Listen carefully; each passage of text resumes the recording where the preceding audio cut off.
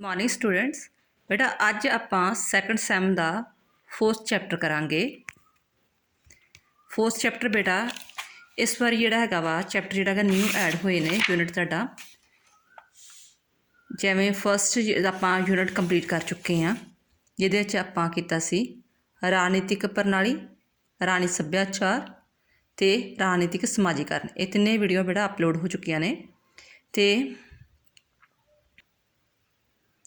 राणी प्रणाली, राणी सभ्याचार ते राणी समाजीकरण सैक्शन ए दा इहदे विच तुसीं 2 चैप्टर कर सकते हो।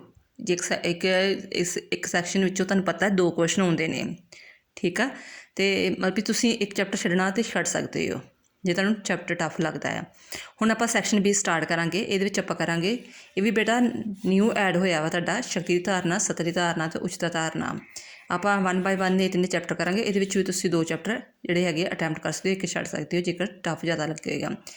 तो ये सैक्शन विच करांगे शक्ति की धारणा। शक्ति की धारणा विच की है?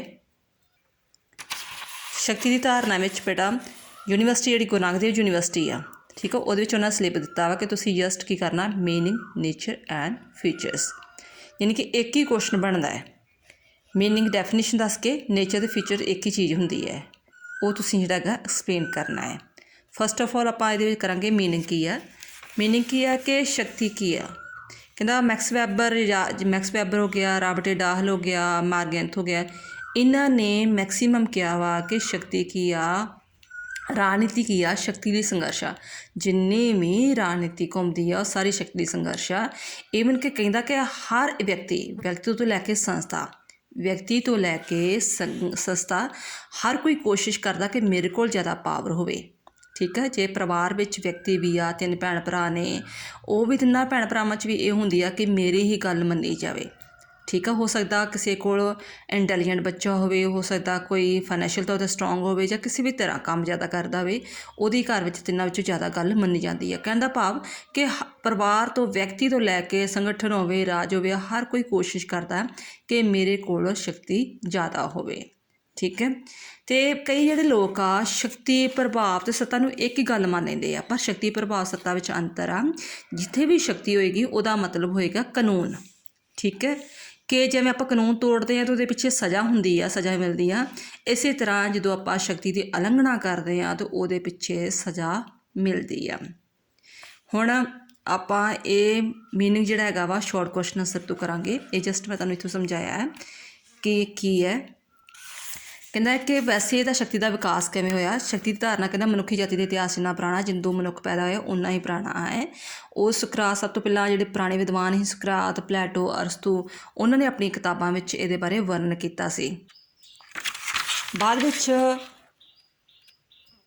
जिहड़े होए अपने मार्गेंथो विद्वान होया वा, उन्हें इस बारे आधुनिक राजनीति बारे गल की। कहता कि शुरू तो की सी भी इन्नी राजनीति शक्ति वाली राजनीति की इन्नी गल नहीं की जाती सी भी, बट जो हौली हौली जो देश नवे नवे उभरने शुरू हो गए, जिवें फ्रांस, इंग्लैंड, स्पेन, रूस जिहड़े हैगे आ शक्तिशाली देश हो गए। दैन आफ्टर फिर जर्मन हो गया, दैन फिर जिहड़ा इटली, ये दुनिया के देश विच, दुनिया के मैप विच आउण लग पे।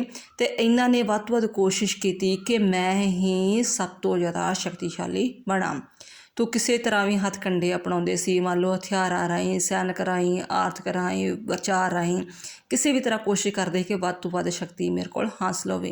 कहने दा भाव कि जिन्नी भी राजनीति आ उहदा केंद्र बिंदु की है शक्ति आ, तो शक्ति दे वाले सारी राजनीति घूमती है। हुण आपां इहदा जिहड़ा मीनिंग आ ये तुसीं स्टार्टिंग थोड़ी बहुती कर सकते हो कि शक्ति का मीनिंग की आ, क्यों इसका विकास होया। तो दैन आफ्टर जिहड़ी है मीनिंग तुसीं लिखोगे शॉर्ट क्वेश्चन आंसर तो वो इस तरह वर्णन करोगे। मीनिंग की लिखोगे बेटा कि शक्ति एक अजिही योग्यता वा च समर्था वा जिस तरह दूजिਆਂ ਦੇ ਵਿਵਹਾਰ ਨੂੰ ਨਿਯਮਿਤ ਕੀਤਾ ਜਾਂਦਾ ਹੈ। ਮੰਨ ਲਓ ਕਿ ਤੁਸੀਂ ਸਪੋਜ਼ ਕਰੋ ਕਲਾਸ ਦੇ ਮੋਨੀਟਰ ਬਣ ਗਏ ਹੋ, ਠੀਕ ਹੈ। ਤੁਹਾਡੇ ਕੋਲ ਇੱਕ ਯੋਗਤਾ ਸਮਰਥਾ ਦਿੱਤੀ ਆ ਜਿਹਨਾਂ ਤੁਸੀਂ ਸਾਰੇ ਸਟੂਡੈਂਟਸ ਨੂੰ ਹੋਲਡ ਕਰਦੇ ਹੋ। ਤੁਸੀਂ ਕਾਲਜ ਦੇ ਜਿਹੜੇ ਹੈਗੇ ਆ VC ਬਣੇ ਹੋ, ਤੁਸੀਂ ਕਾਲਜ ਦੇ ਮਤਲਬ ਆਪਣੀ ਕਲਾਸ ਦੇ ਜਿਹੜੇ ਹੈਗੇ ਆ ਲੀਡਰ ਬਣੇ ਹੋ, ਤੇ ਤੁਹਾਨੂੰ ਮਤਲਬ ਇਹੋ ਜਿਹੀ ਪਾਵਰ ਦਿੱਤੀ ਜਾਂਦੀ ਹੈ ਕਿ ਤੁਸੀਂ ਸਾਰੀ ਕਲਾਸ ਨੂੰ ਹੋਲਡ ਕਰਦੇ ਹੋ ਕਿ ਜੇ ਇਨ ਕੇਸ ਤੁਹਾਡਾ ਕਹਿਣਾ ਨਹੀਂ ਮੰਨਦੇ ਤੁਸੀਂ ਉਹਨੂੰ ਪਨਿਸ਼ਮੈਂਟ ਦੇ ਸਕਦੇ ਹੋ, ਕਲਾਸ ਤੋਂ ਬਾਹਰ ਰੱਖ ਸਕਦੇ ਹੈਗੇ ਹੋ, ਫਾਈਨ ਕਰ ਸਕਦੇ ਹੋ, ਠੀਕ ਹੈ। ਕਿ ਸ਼ਕਤੀ ਇੱਕ ਅਜਿਹੀ ਧਾਰਨਾ ਵਾ, ਸਮਰੱਥਾ ਵਾ ਜਿਹਦੇ ਨਾਲ ਤੁਸੀਂ ਦੂਜਿਆਂ ਦੇ ਵਿਵਹਾਰ ਨੂੰ ਨਿਯਮਿਤ ਕਰ ਸਕਦੇ ਹੋ, ਜੇ ਆਪਣੀ ਇੱਛਾ ਅਨੁਸਾਰ ਸਾਰੇ ਕੰਮ ਕਰਵਾ ਸਕਦੇ ਹੋ ਜਿਹੜੇ ਜਾਇਜ਼ ਨੇ, ठीक है। ਤੇ ਜੇਕਰ ਉਹ ਕਹਿਣਾ ਨਹੀਂ ਮੰਨਦਾ ਤਾਂ ਉਹਨੂੰ ਕੋਈ ਵੀ ਸਜ਼ਾ ਦੇ ਸਕਦੇ ਹੋ। ਠੀਕ ਹੈ ਕਿ ਜੇਕਰ ਦੂਜਾ ਅਜਿਹਾ ਨਹੀਂ ਕਰਦਾ ਤਾਂ ਉਹਨੂੰ ਕੋਰਹਾਨੇ ਦਾ ਸਹਿਣ ਕਰਨਾ ਪੈਂਦਾ ਹੈ। ਤੇ ਇਹੋ ਜਿਹੜੀ ਸ਼ਬਦ ਵਾ ਯਾਨੀ ਕਿ ਸੱਤਾ ਪ੍ਰਭਾਵ ਤੇ ਪ੍ਰਭੂਤਵ ਤੋਂ ਇਹਨੂੰ ਵੱਖਰਾ ਕਰ ਦੇਣਾ ਹੈ। ਸ਼ਕਤੀ ਜਿਹੜਾ ਸ਼ਬਦ ਵਾ ਉਹ ਸੱਤਾ ਪ੍ਰਭਾਵ ਤੇ ਪ੍ਰਭੂਤਵ ਵੱਖਰਾ ਹੈ। ਕਿਉਂ? ਕਿਉਂਕਿ ਸੱਤਾ ਪ੍ਰਭਾਵ ਤੇ ਪ੍ਰਭੂਤਵ ਹੋ ਸਕਦਾ ਕਿ ਮੇਰਾ ਪ੍ਰਭਾਵ ਹੋਵੇ, ਸੱਤਾ ਹੋਵੇ, ਬਟ ਮੇਰੇ ਕੋਲ ਇਹੋ ਜਿਹੀ ਪਾਵਰ ਨਹੀਂ ਆ ਕਿ ਜੇਕਰ ਮੇਰਾ ਕੋਈ ਕਹਿਣਾ ਨਹੀਂ ਮੰਨਦਾ ਤਾਂ ਮੈਂ ਉਹਨੂੰ ਸਜ਼ਾ ਦੇ ਸਕਦਾ। ਜਿਵੇਂ ਧਾਰਮਿਕ ਗੁਰੂ ਹੁੰਦੇ ਨੇ, ਉਹਦੇ ਕੋਲ ਸੱਤਾ ਹੋ ਸਕਦੀ, ਪ੍ਰਭਾਵ ਹੋ ਸਕਦਾ, ਪ੍ਰਭੂਤਵ ਹੋ ਸਕਦਾ, ਬਟ ਜੇਕਰ ਉਹ ਕਹਿਣਾ ਨਹੀਂ ਮੰਨਦਾ ਹੈਗਾ ਤਾਂ ਉਹਨੂੰ ਸਜ਼ਾ ਨਹੀਂ ਦੇ ਸਕਦੇ। ਬਟ ਜੇਕਰ ਤੁਸੀਂ ਕਾਨੂੰਨ ਨੂੰ ਫੋਲੋ ਨਹੀਂ ਕਰਦੇ ਹੈਗੇ ਅਤੇ ਕਾਨੂੰਨ ਨੂੰ ਫੋਲੋ ਨਹੀਂ ਕਰਦੇ ਤਾਂ ਦੈਨ ਉਹਦੇ ਪਿੱਛੇ ਜਿਹੜੀ ਹੈਗੀ ਆ ਉਹਨੂੰ ਸਜ਼ਾ ਦਿੱਤੀ ਜਾ ਸਕਦੀ ਹੈ। ਅਤੇ ਜਿੱਥੇ ਸਜ਼ਾ ਦਿੱਤੀ ਜਾ ਸਕਦੀ ਹੈ ਇਟ ਮੀਨਜ਼ ਉਹ ਕੀ ਆ? ਸ਼ਕਤੀ। ਠੀਕ ਹੈ। ਡੈਫੀਨੇਸ਼ਨਸ ਨੇ। ਐਲਨ ਵਾਲ ਕਹਿੰਦਾ ਹੈ ਕਿ ਰਾਜਨੀਤੀ ਸ਼ਕਤੀ ਕੀ ਆ? ਦੂਜੇ ਦੇ ਵਿਵਹਾਰਾਂ ਨੂੰ ਨਿਯਮਿਤ ਕਰਨਾ, ਪ੍ਰਭਾਵਿਤ ਕਰਨਾ, ਦੂਸਰੇ ਦੇ ਬਿਹੇਵੀਅਰ ਨੂੰ ਜਿਹੜਾ ਹੈਗਾ ਵਾ ਅਫੈਕਟ ਕਰਨਾ ਕਿ ਹਾਂ ਤੂੰ ਮੇਰੇ ਅਨੁਸਾਰ ਹੀ ਕੰਮ ਕਰਨਾ ਹੈ। ਅਤੇ AP ਐਲਨ ਕਹਿੰਦਾ ਹੈ ਕਿ ਰਾਜਨੀਤਿਕ ਸ਼ਕਤੀ ਦਾ ਪ੍ਰਭਾਵ ਉਹਨਾਂ ਲੋਕਾਂ ਨੂੰ ਦੇਖਣ ਨਾਲ ਮਿਲਦਾ ਹੈ ਜਿਨ੍ਹਾਂ ਦਾ ਸਰਕਾਰੀ ਮਸ਼ੀਨਰੀ 'ਤੇ ਕੰਟਰੋਲ ਹੁੰਦਾ ਅਤੇ ਆਪਣੇ ਨਿਰਣਿਆਂ ਦੀ ਪਾਲਣਾ ਕਰਵਾਉਂਦਾ। ਮੰਨ ਲਓ ਕਿ ਜਿਵੇਂ ਹੁਣ ਆਪ ਸਰਕਾਰ ਆਈ ਹੈ ਪੰਜਾਬ ਵਿੱਚ ਅਤੇ ਉਹ ਆਪ ਦੇ ਜਿੰਨੇ ਵੀ ਮੰਤਰੀ ਬਣੇ ਨੇ, MLA ਬਣੇ ਨੇ, ਠੀਕ ਆ, ਉਹ ਉਹਨਾਂ 'ਤੇ ਕੰਟਰੋਲ ਹੈ ਸਰਕਾਰੀ ਮਸ਼ੀਨਰੀ ਉੱਤੇ, ਅਤੇ ਉਹ ਆਪਣਾ ਪ੍ਰਭਾਵ ਜਮਾ ਰਹੇ ਨੇ। ਯਾਨੀ ਕਿ ਹੁਣ ਕਾਂਗਰਸੀ ਵਰਕਰ ਜਾਂ ਕਿਸੇ ਤਰ੍ਹਾਂ ਅਕਾਲੀਆਂ ਦੇ ਪ੍ਰਭਾਵ ਘੱਟ ਗਿਆ ਅਤੇ ਕਿਹਨਾਂ ਦਾ ਰਹਿ ਗਿਆ? ਸਰਕਾਰੀ ਮਸ਼ੀਨਰੀ ਜਿਹੜੇ ਆਪ ਵਾਲਿਆਂ ਦਾ ਗਿਆ। ਠੀਕ ਹੈ। ਇਹ 2 ਡੈਫੀਨੇਸ਼ਨ ਲਿਖ ਸਕਦੇ ਹੋ। ਇਸ ਤੋਂ ਇਲਾਵਾ ਤੁਸੀਂ ਹੋਰ ਕੋਈ ਡੈਫੀਨੇਸ਼ਨ ਵੀ ਲਿਖ ਸਕਦੇ ਹੋ। ਹੁਣ ਅੱਗੋਂ ਇਹਦੀਆਂ ਆਪਾਂ ਕਰਾਂਗੇ ਵਿਸ਼ੇਸ਼ਤਾਵਾਂ। ਠੀਕ ਹੈ। ਵਿਸ਼ੇਸ਼ਤਾਵਾਂ ਬੇਟਾ, ਜਿਹਨੂੰ ਆਪਾਂ ਵਿਸ਼ੇਸ਼ਤਾਵਾਂ ਕਹਿ ਲਓ ਜਾਂ ਨੇਚਰ ਕਹਿ ਲਓ, ਕਿਸੇ ਤਰ੍ਹਾਂ ਕੁਐਸਚਨ ਆ ਸਕਦਾ ਹੋਵੇ ਸ਼ਕਤੀ ਦੀਆਂ ਵਿਸ਼ੇਸ਼ਤਾਵਾਂ ਕੀ ਆ ਜਾਂ ਨੇਚਰ ਕੀ ਆ। ਠੀਕ ਹੈ। ਸ਼ਕਤੀ ਦੀਆਂ ਵਿਸ਼ੇਸ਼ਤਾਵਾਂ, ਫਸਟ ਆਫ ਆਲ ਡੈਫੀਨੇਸ਼ਨ ਤੋਂ ਹੀ ਆਪਣੀਆਂ ਜਿਹੜੀਆਂ ਹੈਗੀਆਂ ਵਿਸ਼ੇਸ਼ਤਾਵਾਂ ਨਿਕਲ ਜਾਂਦੀਆਂ। ਫਸਟ ਆਫ ਆਲ ਕਿ ਸ਼ਕਤੀਆਂ ਦੂਜੇ ਉੱਤੇ ਆਪਣੀ ਇੱਛਾ ਨੂੰ ਮਨਾਉਣ ਦੀ ਇੱਕ ਸਮਰੱਥਾ ਹੁੰਦੀ ਆ। ਕਹਿੰਦਾ ਦੂਜਿਆਂ ਦੀ ਦੂਜਿਆਂ 'ਤੇ ਇੱਛਾ ਦਾ ਠੋਸਣਾ ਜਾਂ ਉਹਨਾਂ ਕੋਲ ਇਹੋ ਜਿਹਾ ਕੰਮ ਕਰਵਾਉਣਾ ਜਿਹੜਾ ਉਹ ਨਹੀਂ ਵੀ ਚਾਹੁੰਦਾ ਪਰ ਤੂੰ ਸ਼ਕਤੀ ਦੇ ਡਰ ਤੋਂ ਕਰਦਾ ਵਾ, ਉੱਥੇ ਕੀ ਆ? ਸ਼ਕਤੀ ਹੁੰਦੀ ਹੈ। ਭਾਵ ਆਪਣੀ ਇੱਛਾ ਅਨੁਸਾਰ ਦੂਜਿਆਂ ਦੇ ਵਿਵਹਾਰਾਂ ਨੂੰ ਪ੍ਰਭਾਵਿਤ ਕਰਨ ਦਾ ਮਤਲਬ ਕੀ? ਸ਼ਕਤੀ ਹੈ। ਫਿਰ ਸ਼ਕਤੀ ਸੰਬੰਧਾਤਮਕ ਵੀ ਅਤੇ ਅੰਤਰ ਸੰਬੰਧਾਤਮਕ ਹੁੰਦੀ ਆ। ਸੰਬੰਧਾਤਮਕ ਭਾਵ ਮੰਨ ਲਓ ਕਿ ਮੈਂ ਤੁਹਾਨੂੰ ਸ਼ਕਤੀ ਦੇ ਦਿੰਦੀ ਹਾਂ ਕਿ ਜਾਓ ਆਪਣੀ BA ਸੈਕੰਡ ਕਲਾਸ ਨੂੰ ਹੋਲਡ ਕਰੋ, ਬਟ ਉਹ ਸਾਰੀ ਕਲਾਸ ਹੀ ਕੰਟੀਨ ਵਿੱਚ ਚਲੇ ਗਈ ਹੈ ਤਾਂ ਤੁਸੀਂ ਹੋਲਡ ਕਿਹਨੂੰ ਕਰੋਗੇ? ਕਹਿਣ ਦਾ ਭਾਵ ਜੇ ਤੁਹਾਡੇ ਕੋਲ ਸ਼ਕਤੀ ਦਿੱਤੀ ਆ ਤਾਂ ਉੱਥੇ ਉਹ ਇਨਸਾਨ ਲੋਕ ਵੀ ਹੋਣੇ ਚਾਹੀਦੇ ਨੇ। ਠੀਕ ਹੈ। ਸੰਬੰਧਾਤਮਕ ਰਿਲੇਸ਼ਨ ਹੋਣਾ ਚਾਹੀਦਾ ਹੈ। ਯਾਨੀ ਕਿ ਸ਼ਕਤੀ ਦੀ ਧਾਰਨਾ ਸਦਾ ਸੰਬੰਧਾਤਮਕ ਹੁੰਦੀ ਹੈ। ਭਾਵ ਸ਼ਕਤੀ ਦੇ ਪ੍ਰਯੋਗ ਲਈ ਸ਼ਕਤੀ ਧਾਰ ਜਿਹਨੂੰ ਮੈਂ ਪਾਵਰ ਦਿੱਤੀ ਹੈਗੀ ਆ, ਕਲਾਸ ਲੀਡਰ ਨੂੰ ਦਿੱਤੀ ਆ, ਮੋਨੀਟਰ ਚੁਣਿਆ, ਅਤੇ ਦੂਜਾ ਜਿਨ੍ਹਾਂ 'ਤੇ ਉਹਨੇ ਸ਼ਕਤੀ ਦਾ ਪ੍ਰਯੋਗ ਕਰਨਾ, ਇਹ ਦੋਵੇਂ ਚੀਜ਼ਾਂ ਹੋਣੀਆਂ ਚਾਹੀਦੀਆਂ ਨੇ। ਕਲੀਅਰ। ਫਿਰ ਕਹਿੰਦਾ ਅੰਤਰ ਸੰਬੰਧਾਤਮਕ ਵੀ ਹੁੰਦੀ ਹੈ। ਅੰਤਰ ਸੰਬੰਧਾਤਮਕ ਜਿਹੜੀ ਹੈ ਲੋਕਤੰਤਰ ਦੇਸ਼ਾਂ 'ਚ ਪਾਈ ਜਾਂਦੀ ਹੈ। ਸ਼ਕਤੀ ਅੰਤਰ ਸੰਬੰਧਾਤਮਕ ਵੀ ਹੁੰਦੀ ਆ। ਉਦਾਹਰਨ ਵਜੋਂ ਲੋਕ ਰਾਜ ਵਿੱਚ ਕੀ ਆ? ਸਰਕਾਰ ਜਿਹੜੀ ਸ਼ਕਤੀ ਹੈ ਪਹਿਲਾਂ ਲੋਕਾਂ ਕੋਲ ਪ੍ਰਾਪਤ ਕਰਦੀ ਹੈ, ਫਿਰ ਲੋਕਾਂ 'ਤੇ ਹੀ ਪ੍ਰਯੋਗ ਕਰਦੀ ਹੈ। ਜਿਵੇਂ ਆਪਾਂ ਕਹਿ ਲਓ ਕਿ ਆਪ ਸਰਕਾਰ ਚੁਣੀ ਅਤੇ ਆਪ ਹੀ ਬਾਅਦ ਵਿੱਚ ਮੰਨ ਲਓ ਕਿ ਸਾਡੇ 'ਤੇ ਰੂਲਸ ਲਾਗੂ ਕਰ ਦੇਣ, ਉਹਨਾਂ ਨੂੰ ਆਪਾਂ ਮੰਨਣਾ ਪਵੇ। ਫਿਰ ਸ਼ਕਤੀ ਦਾ ਸੰਬੰਧ ਸਥਿਤੀ ਅਤੇ ਅਹੁਦੇ ਨਾਲ ਹੁੰਦਾ ਹੈ। ਕਹਿੰਦਾ ਸ਼ਕਤੀ ਦਾ ਜਿਹੜਾ ਸੰਬੰਧ ਆ ਸਥਿਤੀ ਅਤੇ ਅਹੁਦੇ ਨਾਲ ਹੁੰਦਾ ਹੈ। ਮੰਨ ਲਓ ਕਿ ਮੈਂ ਕਿਸੇ ਨੂੰ ਪਾਵਰ ਵੀ ਦੇ ਦੇਣੀ ਆ।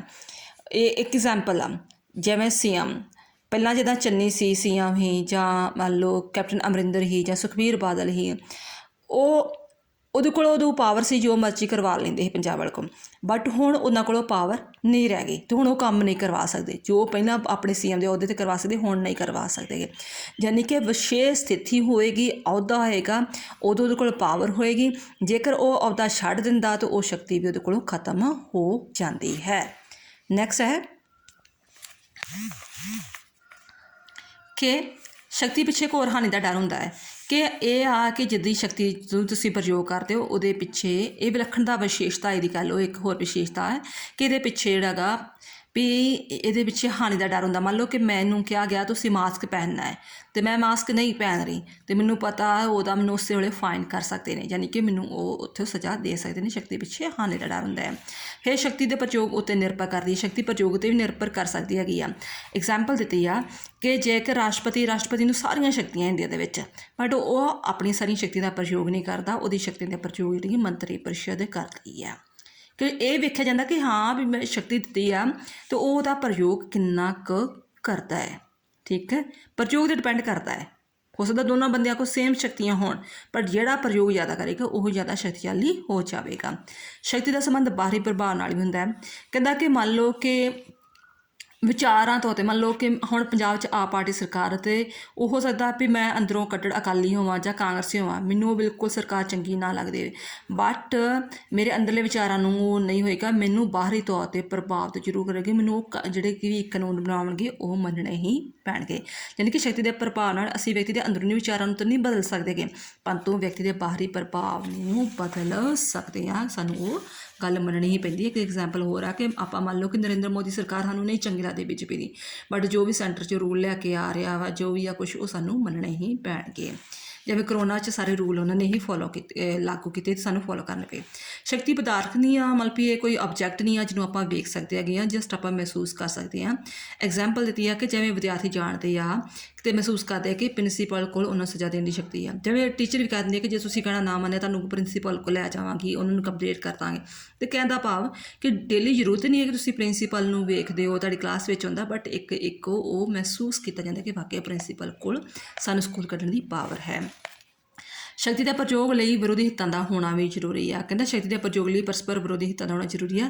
ਤੁਸੀਂ ਕੋਈ ਕਾਰਜ ਨਹੀਂ ਕਰਨਾ ਚਾਹੁੰਦੇ, ਉਹ ਤੁਹਾਡੇ ਹਿੱਤਾਂ ਵਿੱਚ ਨਹੀਂ ਹੈ, ਪਰੰਤੂ ਤੁਸੀਂ ਉਹ ਸ਼ਕਤੀ ਦੇ ਡਰ ਨਾਲ ਉਹ ਕੰਮ ਕਰਦੇ ਹੋ, ਪਰੰਤੂ ਇਸ ਦੇ ਬਾਵਜੂਦ ਉਹ ਸਰਕਾਰ ਦੇ ਜੇ ਫੈਸਲਿਆਂ ਨੂੰ ਮੰਨਦਾ ਕਿ ਜਿਹਨੂੰ ਉਸਨੂੰ ਪਤਾ ਹੈ ਕਿ ਸਰਕਾਰ ਕੋਲ ਸ਼ਕਤੀ ਹੈ ਤਾਂ ਆਪਣੀ ਇੱਛਾ ਨੂੰ ਠੋਸ ਸਕਦਾ ਹੈਗਾ। ਮੰਨ ਲਓ ਕਿ ਮੈਂ ਕੋਈ ਵੀ ਬਿੱਲ ਨਹੀਂ ਦੇਣਾ ਚਾਹੁੰਦੀ, ਘਰ ਦੇ ਬਿੱਲ ਵਗੈਰਾ ਨਹੀਂ ਦੇਣਾ ਚਾਹੁੰਦੀ, ਪਰ ਮਤਲਬ ਵੀ ਜ਼ਬਰਦਸਤੀ ਜਿਹੜਾ ਹੈਗਾ ਮੈਨੂੰ ਬਿੱਲ ਮੇਰੇ ਕੋਲ ਲੈ ਜਾਂਦੇ ਹੈਗੇ ਆ, ਜਾਂ ਮੈਂ ਮਤਲਬ ਵੀ ਡੀਜ਼ਲ ਜਾਂ ਮਤਲਬ ਵੀ ਪੈਟਰੋਲ ਜਾਂ ਡੀਜ਼ਲ ਆ, ਮੈਂ ਇੰਨੀਆਂ ਕੀਮਤਾਂ ਨਹੀਂ ਦੇਣਾ ਚਾਹੁੰਦੀ, ਪਰ ਮੈਨੂੰ ਉਹ ਕੀਮਤਾਂ ਦੇਣੀਆਂ ਹੀ ਪੈਣਗੀਆਂ। ਯਾਨੀ ਕਿ ਉਹ ਪਿੱਛੇ ਵਿਰੋਧੀ ਹਿੱਤਾਂ ਦਾ ਹੋਣਾ ਜ਼ਰੂਰੀ ਹੈ ਵੀ ਜਿਹੜੀ ਚੀਜ਼ ਮੈਂ ਨਹੀਂ ਚਾਹੁੰਦੀ ਬਟ ਉਹ ਜ਼ਬਰਦਸਤੀ ਕਰਵਾਈ ਜਾ ਸਕਦੀ ਹੈਗੀ ਆ। ਫਿਰ ਹੈਗਾ ਸ਼ਕਤੀ ਦਾ ਪ੍ਰਯੋਗ ਕਿਸੇ ਵਿਸ਼ੇਸ਼ ਉਦੇਸ਼ ਲਈ ਕੀਤਾ ਜਾਂਦਾ। ਜ਼ਰੂਰੀ ਨਹੀਂ ਹੁੰਦਾ ਕਿ ਹਾਂ ਵੀ ਹਰ ਵਾਰੀ ਹਾਨੀ ਉਠਾਉਣੀ ਪੈਂਦੀ ਆ। ਕਹਿੰਦਾ ਸ਼ਕਤੀ ਧਾਰਨਾ ਮਹੱਤਵਪੂਰਨ ਵਿਸ਼ੇਸ਼ਤਾ ਹੈ ਕਿ ਪ੍ਰਯੋਗ ਕਿਸੇ ਵਿਸ਼ੇਸ਼ ਉਦੇਸ਼ ਲਈ, ਪੂਰਤੀ ਲਈ ਵੀ ਕੀਤਾ ਜਾ ਸਕਦਾ। ਹੋ ਸਕਦਾ ਉਹਦੀ ਨਿੱਜੀ ਭਲਾਈ ਵੀ ਹੋ ਸਕਦੀ ਹੈ। ਜਿਵੇਂ ਹਰ ਇੱਕ ਵਿਅਕਤੀ ਨੂੰ ਕਿਹਾ ਜਾਂਦਾ ਸੀ ਕਿ ਮਾਸਕ ਪਹਿਨਣਾ ਜ਼ਰੂਰੀ ਆ। ਹੋ ਸਕਦਾ ਕਈਆਂ ਨੂੰ ਮਾਸਕ ਪਹਿਨਣਾ ਚੰਗਾ ਲੱਗਦਾ ਸੀ ਕਿ ਕਹਿੰਦੇ ਮੇਰਾ ਦਮ ਘੁੱਟਦਾ ਹੈ ਜਾਂ ਕੁਛ ਵੀ ਆ, ਬਟ ਉਹ ਕਾਨੂੰਨਾਂ ਨੂੰ ਫੋਲੋ ਕਰਨਾ ਪੈਂਦਾ ਸੀ ਕਿ ਨਹੀਂ ਮਾਸਕ ਪਹਿਨ ਕੇ ਆਉਣਾ। ਜਿਵੇਂ ਤੁਹਾਨੂੰ ਕਾਲਜ ਜਾਂ ਸਕੂਲਾਂ ਵਿੱਚ ਕਿਹਾ ਜਾਂਦਾ ਹੈ ਕਿ ਮਾਸਕ ਤੋਂ ਬਿਨਾਂ ਨਹੀਂ ਆਉਣਾ ਹੈਗਾ, ਠੀਕ ਹੈ। ਅਤੇ ਉਹ ਹੋ ਸਕਦਾ ਸਰਵਜਨਕ ਭਲਾਈ ਵਾਸਤੇ ਵੀ ਕੁਝ ਕਾਨੂੰਨ ਬਣਾਏ ਜਾਂਦੇ ਹਨ ਕਿ ਉਹ ਸਾਰਿਆਂ ਦੀ ਭਲਾਈ ਹੋ ਸਕੇ। ਸ਼ਕਤੀ ਵਾਧੀ ਘਟਦੀ ਰਹਿੰਦੀ ਹੈ। ਸ਼ਕਤੀ ਕਹਿੰਦਾ ਕਿ ਦੀ ਇਹ ਵਿਸ਼ੇਸ਼ਤਾ ਹੈ ਕਿ ਸਮੇਂ ਅਤੇ ਸਥਿਤੀ ਨਾਲ ਜਿਹੜੀ ਹੈਗੀ ਵਾਧੀ ਘਟਦੀ ਰਹਿੰਦੀ ਆ। ਮਤਲਬ ਵੀ ਜਿਵੇਂ ਉਹਦੇ 'ਤੇ ਬਿਰਾਜਮਾਨ ਜਿਹੜਾ ਵਿਅਕਤੀ ਹੋਵੇ, ਮੰਨ ਲਓ ਜਿਵੇਂ ਪਹਿਲਾਂ ਜਿੱਦਾਂ ਮਨਮੋਹਨ ਸਿੰਘ ਦੀ ਸਰਕਾਰ ਸੀ, ਮਨਮੋਹਨ ਸਿੰਘ ਭਾਵੇਂ ਜਿੰਨਾ ਮਰਜ਼ੀ ਇੰਟੈਲੀਜੈਂਟ ਸੀ, ਪ੍ਰਧਾਨ ਮੰਤਰੀ ਸੀ, ਬਟ ਉਹਨਾਂ ਨੇ ਆਪਣੀ ਸ਼ਕਤੀ ਦਾ ਕਦੇ ਵੀ ਪ੍ਰਯੋਗ ਖੁੱਲ੍ਹ ਕੇ ਨਹੀਂ ਕੀਤਾ, ਠੀਕ ਹੈ। ਅਤੇ ਹੁਣ ਨਰਿੰਦਰ ਮੋਦੀ ਦੀ ਸਰਕਾਰ ਹੈ, ਨਰਿੰਦਰ ਮੋਦੀ ਨੇ ਸਾਰੀਆਂ ਸ਼ਕਤੀਆਂ ਦਾ ਪ੍ਰਯੋਗ ਖੁਦ ਕਰ ਰਿਹਾ, ਤੋਂ ਬਹੁਤ ਜ਼ਿਆਦਾ ਪਾਵਰਫੁੱਲ ਹੈ, ਠੀਕ ਹੈ, ਕਿ ਵਾਧੀ ਘਟਦੀ ਰਹਿੰਦੀ ਹੈ। ਸ਼ਕਤੀ ਪ੍ਰਮਾਣਿਤ ਹੁੰਦੀ ਹੈ। ਕਹਿੰਦਾ ਪ੍ਰਮਾਣਿਤ ਭਾਵ ਕਿ ਸਾਨੂੰ ਸ਼ਕਤੀ ਜਿਹੜੀ ਹੈਗੀ ਆ ਦਾ ਅਰਥ, ਪ੍ਰਮਾਣ ਦਾ ਮਤਲਬ ਕੀ ਆ, ਅਤੇ ਸਾਨੂੰ ਉਹਦੇ ਬਦਲੇ ਜੇਕਰ ਅਸੀਂ ਗਲਤ ਕੰਮ ਕਰਦੇ ਦੰਡ ਮਿਲ ਸਕਦਾ, ਜੇ ਅਸੀਂ ਚੰਗੇ ਕੰਮ ਕਰਦੇ ਪੁਰਸਕਾਰ। ਮੰਨ ਲਓ ਕਿ ਮੈਂ ਬਾਈਕ ਲੈ ਕੇ ਜਾ ਰਹੀ ਹਾਂ, ਮੈਂ ਬੁਲਟ ਲੈ ਕੇ ਜਾ ਰਹੀ ਹਾਂ, ਮੈਨੂੰ ਕਿਹਾ ਗਿਆ ਕਿ ਤੁਸੀਂ ਜਿਹੜੇ ਹੈਗੇ ਆ ਸਲੈਂਸਰ 'ਤੇ ਪਟਾਕੇ ਨਹੀਂ ਪਾਉਣੇ, ਮੈਂ ਉਹ ਪਟਾਕੇ ਪਾ ਰਹੀ ਹਾਂ। ਮੈਨੂੰ ਕਿਹਾ ਹੈਲਮਟ ਤੁਸੀਂ ਪਾ ਕੇ ਆਉਣਾ, ਮੈਂ ਹੈਲਮਟ ਨਹੀਂ ਪਾ ਰਹੀ। ਮੈਨੂੰ ਕਿਹਾ ਲਾਇਸੈਂਸ ਹੋਣਾ ਚਾਹੀਦਾ, ਮੈਂ ਲਾਇਸੈਂਸ ਲਿਆ ਰਹੀ, ਯਾਨੀ ਕਿ ਮੈਂ ਕੋਈ ਕਾਨੂੰਨ ਨੂੰ ਫੋਲੋ ਨਹੀਂ ਕਰ ਰਹੀ, ਅਤੇ ਉਹਦਾ ਮੈਨੂੰ ਦੰਡ ਭੁਗਤਣਾ ਪਵੇਗਾ, ਮੈਨੂੰ ਜੁਰਮਾਨਾ ਦੇਣਾ ਪਵੇਗਾ। ਹਾਂ, ਜੇਕਰ ਮੈਂ ਕੋਈ ਚੰਗੇ ਕੰਮ ਵੀ ਕਰ ਰਹੀ ਹਾਂ, ਮੈਂ ਕਿਸੇ ਦੀ ਜਾਨ ਬਚਾਈ ਆ, ਕਿਸੇ ਦੇਸ਼ ਸੇਵਾ ਲਈ ਵਧੀਆ ਕੰਮ ਕੀਤਾ, ਜੋਬ ਦੌਰਾਨ ਜਾਂ ਕਿਸੇ ਤਰ੍ਹਾਂ ਵੀ ਸੋਸ਼ਲ ਵਰਕਰ ਤੌਰ 'ਤੇ ਕੰਮ ਕੀਤਾ, ਉਹਦੇ ਪੱਖੋਂ ਮੈਨੂੰ ਜਿਹੜੇ ਹੈਗੇ ਆ ਇਨਾਮ ਵੀ, ਮੈਡਲ ਵੀ ਮਿਲ ਸਕਦੇ, ਜਿਵੇਂ 15 ਅਗਸਤ ਵਿੱਚ ਮਿਲਦੇ ਨੇ। ਸਿੱਟਾ ਕੀ ਆ, ਤੁਸੀਂ ਸਾਰੀਆਂ ਜਿਹੜੀਆਂ ਉੱਪਰ ਵਿਸ਼ੇਸ਼ਤਾਵਾਂ ਲਿਖੀਆਂ ਉਹਨਾਂ ਨੂੰ ਹੀ ਇਨਕਲੂਡ ਕਰ ਦੇਣਾ ਹੈ। ਤੁਹਾਡਾ ਚੈਪਟਰ ਹੋ ਗਿਆ ਕੰਪਲੀਟ, ਠੀਕ ਆ ਬੇਟਾ। ਫਿਰ ਕੋਈ ਡਾਊਟ ਹੋਗਾ ਤਾਂ ਬੇਟਾ ਪੁੱਛ ਲਿਓ। ਜਸਟ ਤੁਸੀਂ ਇਹਦੇ ਵਿੱਚ ਪਹਿਲਾਂ ਤੁਸੀਂ ਜਸਟ ਮੀਨਿੰਗ ਦੱਸ ਦੇਣਾ, ਮੀਨਿੰਗ ਥੋੜ੍ਹੀ ਜਿਹੀ ਵਿਆਖਿਆ ਦੱਸ ਦੇਣੀ ਆ, ਠੀਕ ਹੈ। ਅਤੇ ਵਿਆਖਿਆ ਦੱਸ ਕੇ ਮੀਨਿੰਗ ਦੱਸ ਦੇਣਾ, ਮੀਨਿੰਗ ਦੱਸ ਕੇ 2-3 ਡੈਫੀਨੇਸ਼ਨ, ਫਿਰ ਤੁਸੀਂ 11 ਪੁਆਇੰਟ ਲੈ ਲੈਣਾ। ਤੁਹਾਡੇ ਜਾਣੀ ਕਿ 4-5 ਪੇਜ ਫਿਲ ਹੋ ਸਕਦੇ ਨੇ। ਥੈਂਕਸ ਬੇਟਾ।